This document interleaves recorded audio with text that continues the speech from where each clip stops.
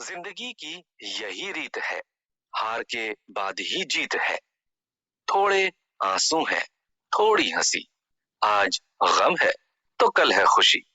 जिंदगी की यही रीत है, हार के बाद ही जीत है।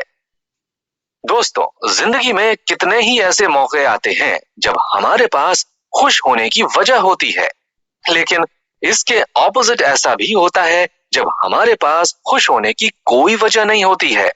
हमें लगता है कि दुनिया भर की सारी मुश्किलें हमारी लाइफ में ही हैं और हमें कभी भी खुशी नहीं मिल सकती है। लेकिन क्या हो अगर हमें जीने का ऐसा तरीका मिल जाए जिससे हम लाइफ के हर सिचुएशन में खुश रह सकें? क्या हो अगर हम दूसरों की खुशी में भी उतना ही खुश हो सकें जितना हम अपनों की खुशी में होते हैं? क्या हो अगर हम लाइफ के टफ मोमेंट्स को भी शांति से हैंडल करना सीख जाएं? आपको लग रहा होगा कि ऐसा तो सिर्फ स्वर्ग में ही होता होगा, लेकिन आज हम जिस बुक की डिस्कशन करने वाले हैं, अगर हमने उसे अपनी लाइफ में अप्लाई भी कर लिया तो हम अपनी लाइफ को भी स्वर्ग बना सकते हैं। दोस्तों, आज हम शैरन सॉल्सबर्ग की लिखी किताब लविंग काइंडनेस के बारे में बात करने जा रहे हैं। शैरन सॉल्सबर्ग न्यूयॉर्क टाइम्स की बेस्ट सेलिंग ऑथर हैं। साथ ही साथ वो बुद्धिस्ट मेडिटेशन भी सिखाती हैं। अपनी इस किताब में वे एक खास तरह के मेडिटेशन जिसे मेटा कहा जाता है, उसके बारे में डिस्कस किया है। मेटा का मतलब अनकंडीशनल लव होता है, जो किसी से भी बिना किसी शर्तों के किया जा सकता है।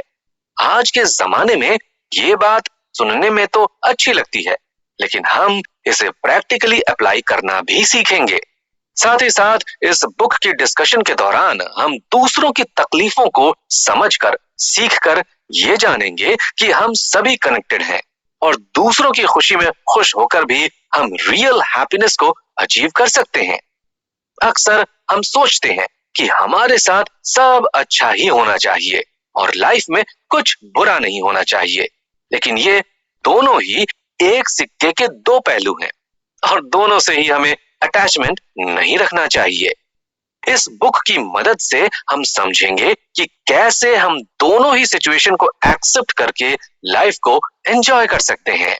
इस कॉम्पिटिटिव वर्ल्ड में हमें लगता है कि लोगों से जेलस होना कॉमन है और उन्हें किसी भी तरह से पीछे करके छोटा दिखाना है। ऐसा करने के बाद ही हम खुश हो सकते हैं, लेकिन ये नेगेटिव इमोशंस बढ़ते ही चले जाते हैं और हमारी हैप्पीनेस को लिमिटेड कर देते हैं। इस बुक के जरिए हम फिर से खुद को लिमिटलेस बनाना सीखेंगे और ये जानेंगे कि हैप्पीनेस किसी कंडीशन की मोहताज नहीं होती है। जब ऑथर ने बुद्धिज्म के जरिए स्पिरिचुअल वर्ल्ड में कदम रखा, तो वे भी हम सब की ही तरह एक नॉर्मल इंसान थी, जिसके मन में भी बहुत सारे डाउट्स और नेगेटिविटी थी। लेकिन धीरे धीरे उन्होंने खुद को न सिर्फ जाना, बल्कि अपने अंदर के बेशुमार प्यार को भी महसूस किया। इस बुक के जरिए वे अपनी हर एक्सपीरियंस को शेयर करके हमें भी एक बेहतर इंसान बनाना चाहती हैं।